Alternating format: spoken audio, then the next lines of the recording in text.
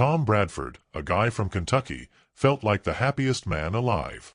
In just 10 days, he'd be marrying the love of his life, Olivia Wilson. She was everything to him, the woman he planned to cherish and stay true to until the end of their days. Olivia's bridesmaids were her 3 closest friends, Katie, Natty, and Carla. Together, they had always gone by the nickname ABCD, a playful nod to their initials. Tom and Olivia had first met at the wedding of his buddy Paul and Katie. He was the best man, and she was one of the bridesmaids. After a few smiles and a dance, they exchanged numbers, and before long, they were inseparable. A year later, they both knew it was time to make it official. Natty had been living with her boyfriend, Ron, for a few months now, eagerly waiting for him to pop the question. Carla, on the other hand, never stayed in one relationship too long.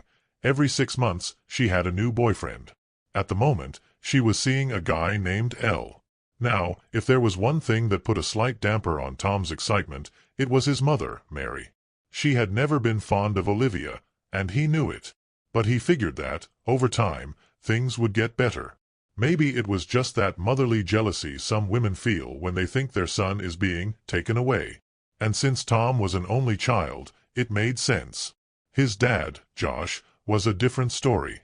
The very first time Tom brought Olivia home to meet them, Josh had pulled him aside and said, "Son, you've made your choice. Now, you've got to stand by it." Olivia's parents, Peter and Julie, had supported their relationship from day one. Peter had taken a liking to Tom right away. Julie, though, was a bit overprotective of her daughter. She always wanted what was best for Olivia. One of the first things she told Tom was that he needed to buy a house, because in her eyes, her daughter shouldn't be living in a rented apartment. Tom had smiled and told her, "We'll stay in my place for now, and when we're ready to start a family, we'll buy a house." And so, as Katie's bachelorette party rolled around, the 4 friends, Olivia, Katie, Natty, and Carla, were ready for a night to remember. Olivia's bachelorette party was set for the weekend before our wedding, and the location was being kept a secret from her. That evening, I opened the door to find Katie standing outside. "Hey, Tom," she greeted me with a smile. "Come on in," I said, stepping aside.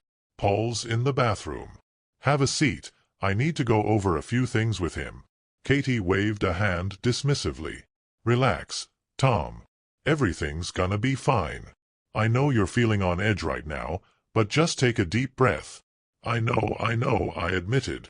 "I just don't want anything going wrong at the last minute. If something comes up, we'll handle it," she assured me. "No need to stress." Just then, Katie's phone rang. She glanced at the screen and stood up. "I gotta take this," she said, heading toward the kitchen.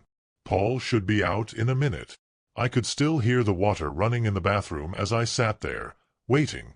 After about 5 minutes, I got up and made my way to the kitchen to grab a glass of water.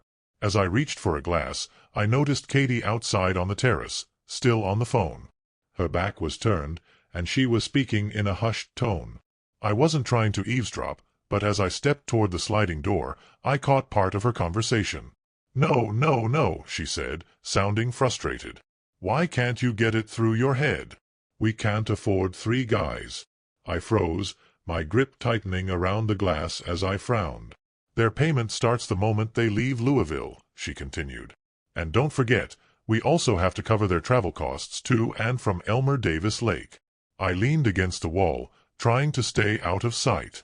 "With the cost of the cabin, the drinks, and the food, we just don't have the budget," she said, her voice firm.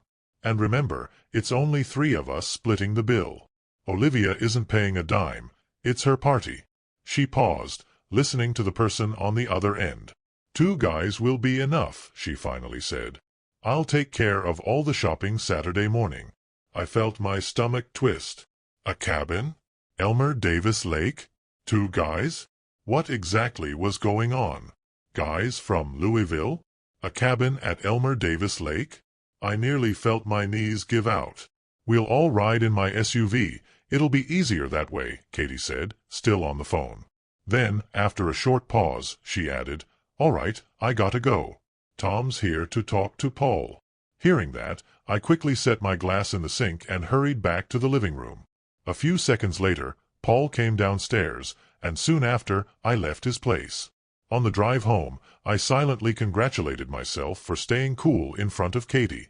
I knew she had been talking about Olivia's bachelorette party. It was supposed to be a night just for her. But I couldn't shake the question running through my mind. Who were these two guys, and what exactly were they hired for? The girls had rented a cabin by Elmer Davis Lake, just north of Georgetown. The two men were coming in from Louisville. Closing my eyes for a moment, I replayed everything I had overheard. When I opened them again, I knew exactly what I needed to do. I grabbed my laptop, logged into my account, and started searching for a GPS tracking device. Scrolling through the options, I carefully selected one that met all the right requirements. I placed the order on a website that offered express delivery. Just as I closed my laptop, my phone rang. "Hello," I answered, recognizing Olivia's number right away. "Hey, honey," she said, her voice warm. "Is everything okay?" "Yeah, of course. Why do you ask?" "It's just the way you answered," she said. "You sound tense." I exhaled. "I guess I've been a little on edge these past few days." "You shouldn't be," she reassured me. "Katie called and said you looked really worried today." I hesitated, but before I could say anything, Olivia joked, "You're not planning on running away at the last minute, are you?" I smiled, even though my mind was still racing. "Olivia, I love you way too much to ever do something like that." "I know, sweetheart," she said softly. "And I love you just as much." I took a deep breath. "Olivia, from the moment we started dating, it's been just you and me. And in 10 days, when we make our vows, I'll stand by them. Always. You are, and will always be, the only woman for me. Until the day I die, I promised." "Of course, sweetheart," Olivia said warmly. "I expect to be the only woman for you. We've always been exclusive, and I'll keep my vows too," she added. "I trust you, Tom." I hesitated for a moment. "Olivia, is something wrong?" She sighed. "I have this feeling, but I guess everything's fine." Before she could go on, I cut in. "Look, the thing is, we're about to take a huge step in our lives. It's a big deal. Our future depends on it. A relationship is like building a house. If the foundation isn't strong, it falls apart. And for us, that foundation has to be love, trust, loyalty, communication, honesty, and care for each other. But above all, respect." There was silence on the other end. "Why are you saying all this, Tom?" Olivia finally asked. "Are you having doubts? Don't you trust me?" "I already told you I trust you," I said quickly. "I just want to be clear about what I expect from our marriage." She let out a small laugh. "Tom, we're going to be the perfect couple. We're meant to be." "I know," I murmured. "I've got a few things to take care of," she said. "I'll call you later, okay?" "All right, darling."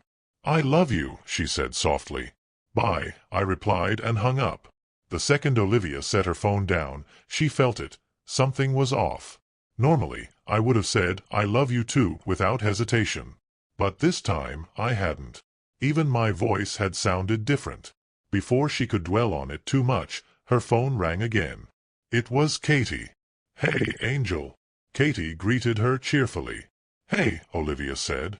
"I just got off the phone with Tom. I don't know, I feel like something's bothering him."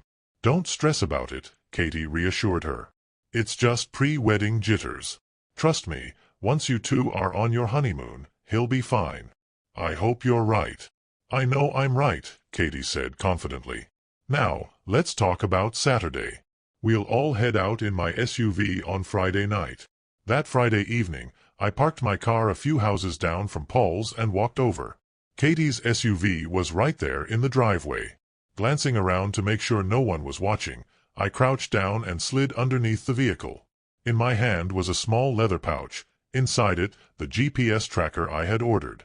I secured the GPS tracker to the underside of Katie's SUV, fastening it tightly with 2 cable ties. Giving it a firm tug, I made sure it was locked in place. Satisfied, I slid out from under the vehicle, brushed myself off, and walked back to my car. Early Saturday morning, I parked 2 blocks away from Paul's house, my eyes fixed on my phone screen. After a few minutes, a small dot on the GPS map began moving. I started my car and followed at a safe distance. The SUV made a few stops, first at a grocery store, then at a liquor store. After that, Katie picked up Natty and Carla. Once the GPS tracker led her back home, I knew it was working flawlessly. Back at my apartment, I called Paul. "Hey man, when's Katie heading out?" I asked casually.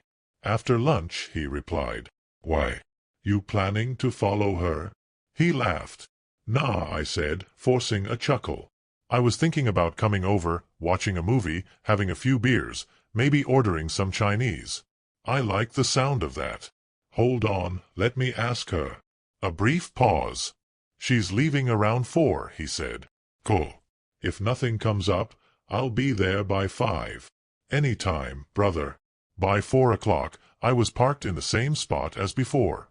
15 minutes later, Katie's SUV pulled out of the driveway. I started my engine and followed. She made her usual stops, first picking up Natty, then Carla, and finally, Olivia. Once they were all in, she merged onto Route 227. I kept a steady 500-meter gap between us. Close enough to track them, but far enough not to raise suspicion. After a while, I saw the marker on my phone stop moving. That was it. They had arrived. Pulling over to the side of the road, I took a deep breath. Then I called Paul. "Hey man, something came up," I said. "I won't be able to make it over tonight." "No worries, we'll catch up later," he said. As dusk settled in, I turned my key in the ignition and slowly started driving again. When I passed the cabin, I spotted Katie's SUV parked in the driveway. The place was secluded, nestled on a large stretch of land near the lake. Tall trees flanked both sides, shielding it from view. I drove a little farther, then pulled over and turned off my lights. And then I waited. I will send a long story in parts. Your task is to change each sentence to preserve the meaning and details, but change its structure. You also need to replace all the characters' names with random popular American names. The story should be written in the style of an ordinary American, and the story should be told in the first person. In addition, prepare the text for voiceover by artificial intelligence. Correct grammatical errors, add natural pauses, for example, commas, and, if necessary, simplify complex structures so that the text sounds lively and natural for an American listener. I will send the text in parts and mark the end of the story with the word "stop." From where I was hidden, no one in the living room would be able to spot me, unless I made a noise. All 4 women were squeezed together on the couch, their eyes fixed on the 2 men standing before them. One of the guys pressed a button on the CD player, and music filled the cabin. Without hesitation, they shrugged off their long coats and tossed them aside. I felt my stomach turn. They were wearing nothing but thongs. The women leaned in, eyes gleaming with anticipation. "Strippers," I muttered under my breath, barely containing my anger. The men started dancing, rolling their hips and moving to the rhythm, closing the gap between them and the women. Katie reached out to touch one of them, but he playfully dodged her. The women let out a chorus of disappointed groans. It was all part of the game. Again and again, the guys teased them, dancing close but staying just out of reach, making them beg for more. The tension in the room thickened. The 4 women were getting wilder by the minute, their excitement escalating with every beat of the music. Then, after 30 minutes of this slow, torturous build-up, the men stripped off their thongs, leaving nothing to the imagination. The women's eyes lit up. One of the strippers smirked and turned toward them. "All right, ladies," he said, his voice dripping with amusement. "Who's the lucky one?" 3 hands shot up, all pointing at Olivia. I could hardly breathe. The guy walked up to her with a confident grin. "Won't you say hello to my little girlfriend?" he teased. Olivia giggled. "Hi. How about a kiss?" he coaxed. "Since we're all friends here." The other women joined in. "Come on, Ange, kiss him." She hesitated, her face flushing with nervous excitement. Katie nudged her forward, laughing. "Go on. Don't be shy." Olivia bit her lip, then leaned in and gave him a light kiss. "That's all," he taunted. Katie grinned and wrapped an arm around Olivia, gently encouraging her. "Just have fun," she whispered. Olivia looked uncertain, but she didn't pull away. I stood frozen in the shadows, my fists clenched so tight my knuckles ached. I wanted to storm in, grab her, and put an end to this insanity. But I forced myself to wait. I needed to see just how far she was willing to go. Katie turned toward the second guy and grinned. "I think it's time I got to know you a little better." Katie laughed, shifting her attention elsewhere, leaving Olivia to continue her hesitant attempts at playing along. Meanwhile, Natty and Carla took turns jumping into the excitement, each getting swept up in the wild energy of the night. Before long, all four of them were fully immersed, standing together on the couch, leaning against its back, laughing and shouting as the men continued their performance. Olivia, the boldest of the group, led the charge, urging the others to follow her example. The men kept swapping partners, teasing and entertaining them, much to their delight. I could barely stand to watch. Every second that passed pushed me closer to the edge, my teeth clenched so hard my jaw ached. Olivia, the woman I had planned to spend my life with, had just thrown away everything we had. She wasn't the person I thought she was. And I knew, right then and there, that I wasn't going to marry her. Silently, I left my camera recording on the floor and slipped away toward the front of the house, where the cars were parked. Reaching into my bag, I pulled out a pair of pliers. With slow, deliberate strokes, I scratched the word idiots into the trunk of the stripper's car. Then, grabbing a screwdriver, I punctured both rear tires. They won't notice right away, I thought, but halfway to Louisville, they're in for a fun little surprise. Smirking, I made my way back behind the cabin. Inside, the show had ended. The two men were dressed again, collecting their payment from Katie. Before heading out, they gave each woman a deep, lingering kiss. Then, without a clue about their slashed tires, they climbed into their car and drove off. Katie shut the front door and turned to the others, grinning. "We need to do this more often." Natty, Carla, and Olivia all nodded in agreement. "Maybe we should plan a girls' night out once a month," Olivia suggested. "That's a great idea," Natty replied, her eyes lighting up. They all burst into laughter. "The night's still young, and we've got plenty to drink," Katie announced. "Let's pour another round." Katie cheered, raising her glass. That was it. I'd seen enough. Grabbing my camera, I slipped out the back door, shutting it quietly behind me. I felt drained, betrayed. My stomach twisted with anger and heartbreak. I had trusted her. Taking a deep breath, I forced myself to keep moving. I made my way through the darkness toward Katie's SUV, crawling underneath it once more.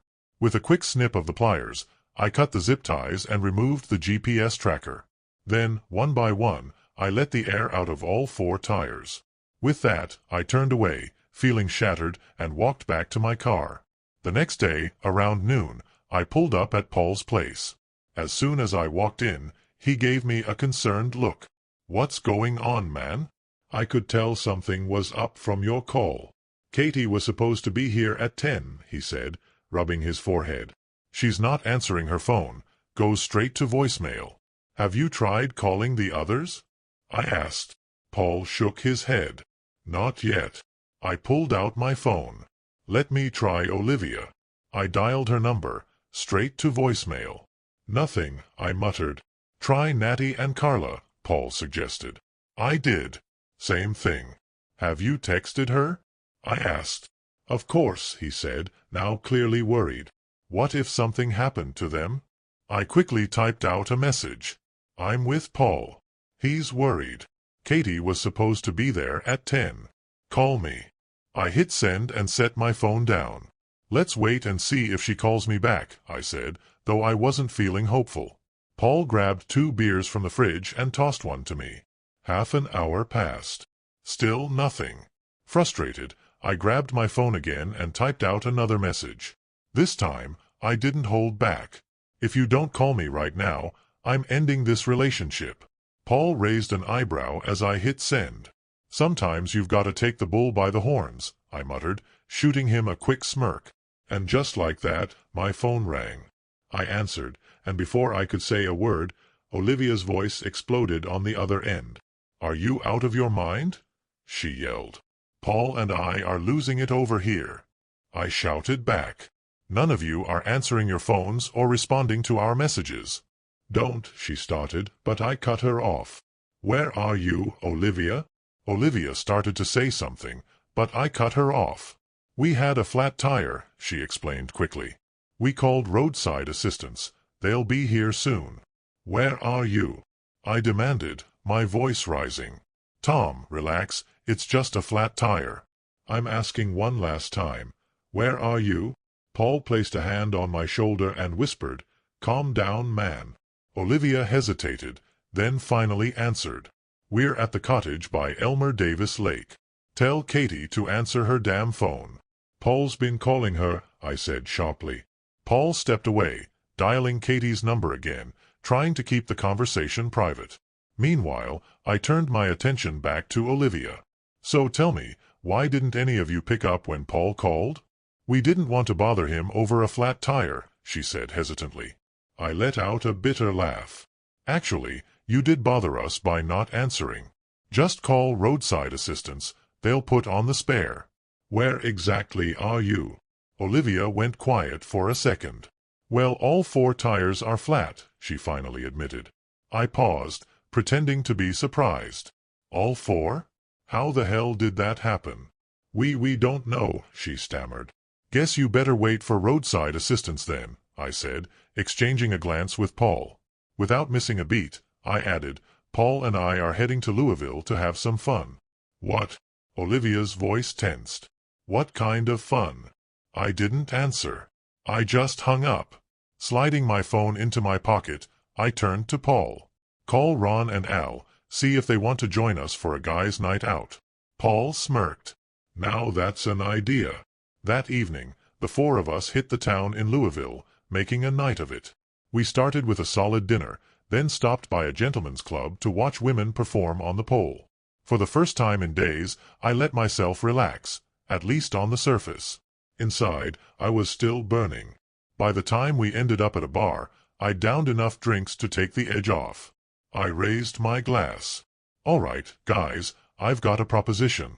The other 3 leaned in. We're listening. I smirked and set my drink down. None of us are gonna sleep with our girlfriends until my honeymoon. Paul furrowed his brows. What? Why? I just grinned. This is about teaching them a lesson, I said, raising my glass. We're men. We call the shots. I'm in, Ron agreed without hesitation. Al, already a little drunk, nodded. Yeah, I like that. Paul smirked. Well, if everyone's on board, I won't argue. I leaned forward. Then let's make sure we all stick to it. We will, the guys echoed in unison. And no one, I added, locking eyes with each of them, says a word about what we did last night. They all nodded. The next morning, Olivia called me, her voice unusually sharp. Where were you last night? She asked. What did you guys do? I leaned back in my chair, keeping my tone casual. Why the sudden interest? Katie told me Paul came home late, completely wasted. He passed out in the guest bedroom. That was all she had gotten. Good. If the others had talked, the girls would already know everything. I smirked to myself. Listen, Olivia, I have no idea what you and your friends were doing at your party, so why are you so curious about our night out? She hesitated. We drank. We ate. We danced. Told some dirty jokes. That's it, I said. You only told me you were at the cottage after the party was over. And only after I called you a dozen times, she shot back. I shrugged. Well, we also drank, ate, danced, and shared some naughty stories. Olivia went silent. Oh, what, you think we went and slept with the entire city? I snapped. I clenched my jaw. Relax, Tom. No. I didn't mean it like that, she said quickly. I know you wouldn't do something like that. Damn right I wouldn't, I said coldly.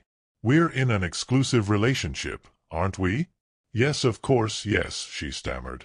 I could hear the unease in her voice. Then, after a pause, I added, but there's one important thing. She swallowed. What? According to family tradition, I said slowly, we're not supposed to have any contact until we see each other at the wedding. The church. Olivia's voice wavered. What do you mean? Yes, Olivia, I said, keeping my tone steady.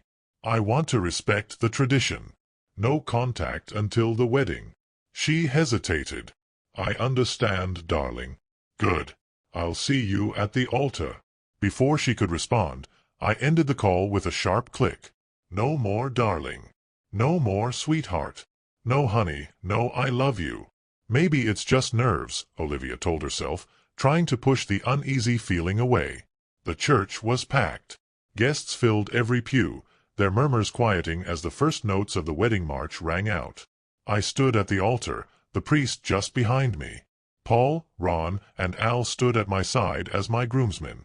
Across from them, Katie, Natty, and Carla stood as Olivia's bridesmaids. As the grand doors opened, Olivia appeared, her arm linked with her father's. Peter guided his daughter down the aisle, her white dress flowing around her like something out of a dream. She really did look like an angel. The priest cleared his throat and began, "Dearly beloved, we are gathered here today." "Excuse me, Father," I interrupted. A murmur rippled through the crowd as all eyes turned to me. The priest raised a brow. "This isn't exactly standard procedure, my son. But if it's brief, go ahead." "Thank you, Father." I gave him a polite nod before shifting my attention to Olivia. Her eyes were wide with panic. "What are you doing?" she whispered urgently. I leaned in slightly, my voice calm. "Don't worry." Then I turned to face the guests. "The first time I met Olivia was right here, in this very church," I began. "That was over a year ago. And for me it was love at first sight." A few guests smiled, some exchanging glances. When Paul told me she wasn't married, and that she didn't have a boyfriend, I knew right then, I had to win her heart. And I did. There were scattered chuckles, and the priest shook his head with a small smile. We dated for a year before I finally asked her to marry me. And as you all know, I paused, letting my gaze linger on Olivia. She said yes. The crowd chuckled again. Olivia leaned in and whispered, "I love you." I nodded but didn't say it back. Keeping my voice steady, I continued, "When we started dating, we made a promise to be exclusive. I honored that promise." I took a breath. "And today, in our wedding vows, we'll say 3 very important words." 3 important words, I continued, my voice unwavering. "Forsaking all others." Olivia's expression shifted. She took a shaky breath. "Tom, where are you going with this?" "Forsaking all others," I repeated, my voice growing louder, "doesn't just mean you promise not to cheat after the wedding." A murmur rippled through the guests. People exchanged puzzled glances, sensing something wasn't right. Olivia and her 3 friends stood frozen, their faces pale. Paul gave me a sharp look, as if silently asking, "What the hell are you doing?" I took a deep breath. An hour ago, I got a phone call. It was from a private number. A woman's voice told me to check out a video on a website. She gave me a link. I pulled out my phone. And now, I'm about to share that link with all of you. With a few taps, I sent the message to everyone in the room. I turned to the priest. "Father, I'll send it to you too." The priest hesitated but nodded. "What's he talking about?" Katie whispered to Olivia. "What video?" Carla asked, panic creeping into her voice. Olivia shook her head frantically. "I don't know," she sobbed. "If you didn't get the message, just look at someone else's screen," I added, watching as the guests huddled in small groups, unlocking their phones. Paul, Ron, and Al stared down at their screens, their expressions hardening with every second that passed. Meanwhile, Katie, Natty, and Carla clung to Olivia, their faces drained of color. I took a step closer, my voice cutting through the silence. "This video," I said, "is from Olivia's bachelorette party." A gasp rippled through the crowd. "And listen carefully," I added, turning my gaze to the 4 of them, "because you'll hear them talking about how they plan to throw parties like this every month." The silence that followed was deafening. Then a voice rang out. I knew she was trash. It was Mary, my mother, her face twisted with rage. "Mary," my dad, Josh, muttered, grabbing her hand. "Enough." Before anyone could process what was happening, Paul erupted. "Are you kidding me?" he roared, turning to Katie. "Don't come home tonight. I'm throwing all your stuff into the street." Katie burst into tears. "Paul, I love you." Paul cut her off with a bitter laugh. You all had unprotected sex. I don't even know what kind of diseases you might be carrying. Chaos broke out. The whispers turned into shouts. The air was thick with tension, accusations flying across the room. Children, please, the priest called out, raising his hands. Calm down. You are in the house of God. But it was too late. The wedding was over before it had even begun. Show some respect, the priest urged, his voice strained as he tried to regain control of the room. Julie, Olivia's mother, spun around, her eyes burning with fury as she glared at my mother. My daughter is not trash. Then she must be an adulteress, someone muttered from the back of the church. I wouldn't mind spending a night with Katie, another voice joked, sending a ripple of uneasy laughter through the crowd. Please. This is a church, the priest pleaded, his voice rising above the growing commotion. I glanced at Paul. His face was flushed red with anger, and his fists were clenched. He was ready to explode. Before things could get worse, I nudged Ron and Al, motioning toward the entrance. We had to get Paul out of here before he did something he'd regret. Meanwhile, Katie clung to him, desperation in her voice. Paul, you have to believe me. This wasn't my idea. Natty and Carla, who had been quiet until now, suddenly turned on each other. Oh, so you forgot you were the one who planned this whole thing? Natty snapped. Carla fired back. Oh, really? And did you forget I had to buy you a Plan B pill the next morning? Natty's face turned pale. Olivia grabbed my arm. Tom, please, she whispered, tears streaming down her face. It was a mistake. Don't leave me. I love you. I pulled away. A mistake? I shouted. A mistake that took days, maybe weeks, to plan? Don't listen to that woman, Tom, my mom said, stepping forward. Listen to your mother, son, my dad added, his tone firm. Across the aisle, Julie turned to Peter, her voice sharp. Say something. Peter let out a slow breath, shaking his head. What do you want me to say? He exhaled hard through his nose, his jaw tight. If I were Tom, I would have slapped Olivia across the face before walking out of here. Olivia gasped. Peter stood, adjusting his suit, then walked over to me. He put a firm hand on my shoulder, his expression pained. I'm so sorry, son. Truly sorry. Then, without another word, he turned and left the church, wiping tears from his face. Ron pulled a ring from his pocket, held it up for a moment, then shook his head and slid it back in. Natty collapsed to her knees, sobbing. I reached into my jacket and pulled out 2 plane tickets, handing them to my father. I changed the names to yours and Mom's, I said, my voice steady. The limo driver already has instructions. He'll take you both home to grab your passports and luggage. The driver will take you straight to the airport, I told my dad. You two are going to love the Seychelles. Son, that's really not necessary, my father protested. I shook my head. You both need this vacation. Just enjoy it. Mary, my mom, eyed me carefully.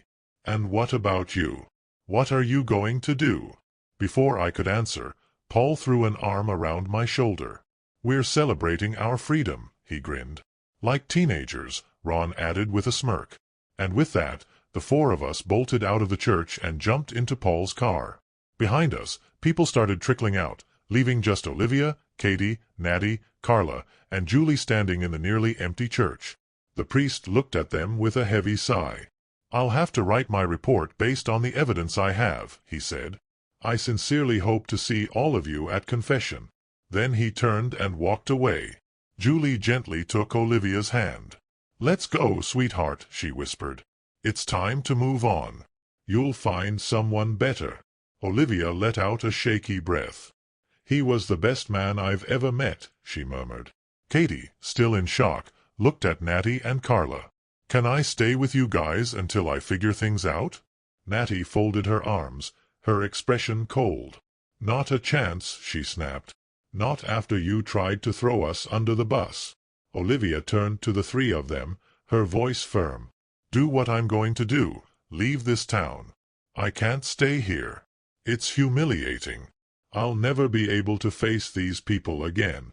With that, she wiped her tears, took her mother's arm, and walked out of the church. In a small suburban church, a groom stood at the altar, waiting for his bride. The guests were seated, watching in anticipation. Then, out of nowhere, the doors burst open. Two young men stormed in, both covered in tattoos and piercings, shoving flyers into people's hands. The sudden intrusion left everyone stunned. One of the men ran straight up to the groom, shoving a flyer into his hand. "She's a good adulteress," he sneered before laughing and bolting toward the exit. As the two men disappeared, they shouted more insults about the bride, their voices echoing through the church. The groom stared down at the flyer in his hand. There were photos. A website link. Slowly, he looked up, scanning the crowd. Every guest was staring back at him. The church was in chaos. Guests were glued to their phones, whispering, typing, making calls, some staring at the groom, others murmuring among themselves. He let out a slow breath and slipped his phone into his pocket.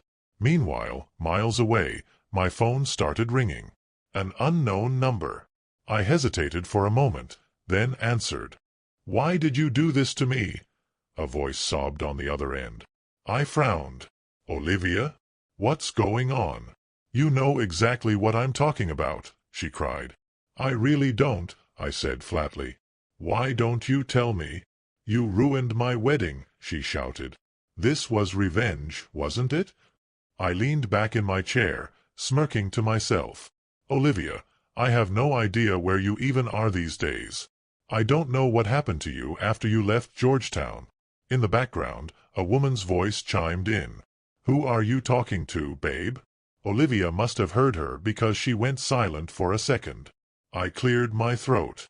"Look, I just got back from my second honeymoon. This time, we went to the Seychelles." "Remember the Seychelles?" I added with a bite of sarcasm. "I haven't even unpacked my bags yet." "Who is that?"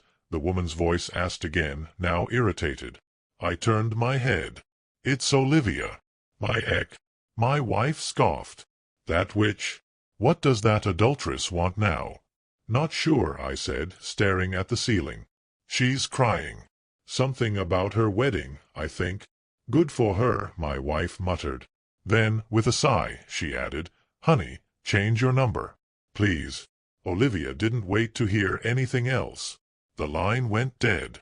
She threw her phone aside, buried her face in a pillow, and sobbed. I parked the rental car across the street from the church, the same one where today's wedding was about to take place. Taking a slow sip of coffee, I kept my eyes on the entrance. At first, I had been against this whole plan. But Paul, relentless as always, had convinced me. And now, here I was. I spotted Olivia and Katie as they arrived, their dresses perfect, their smiles wide.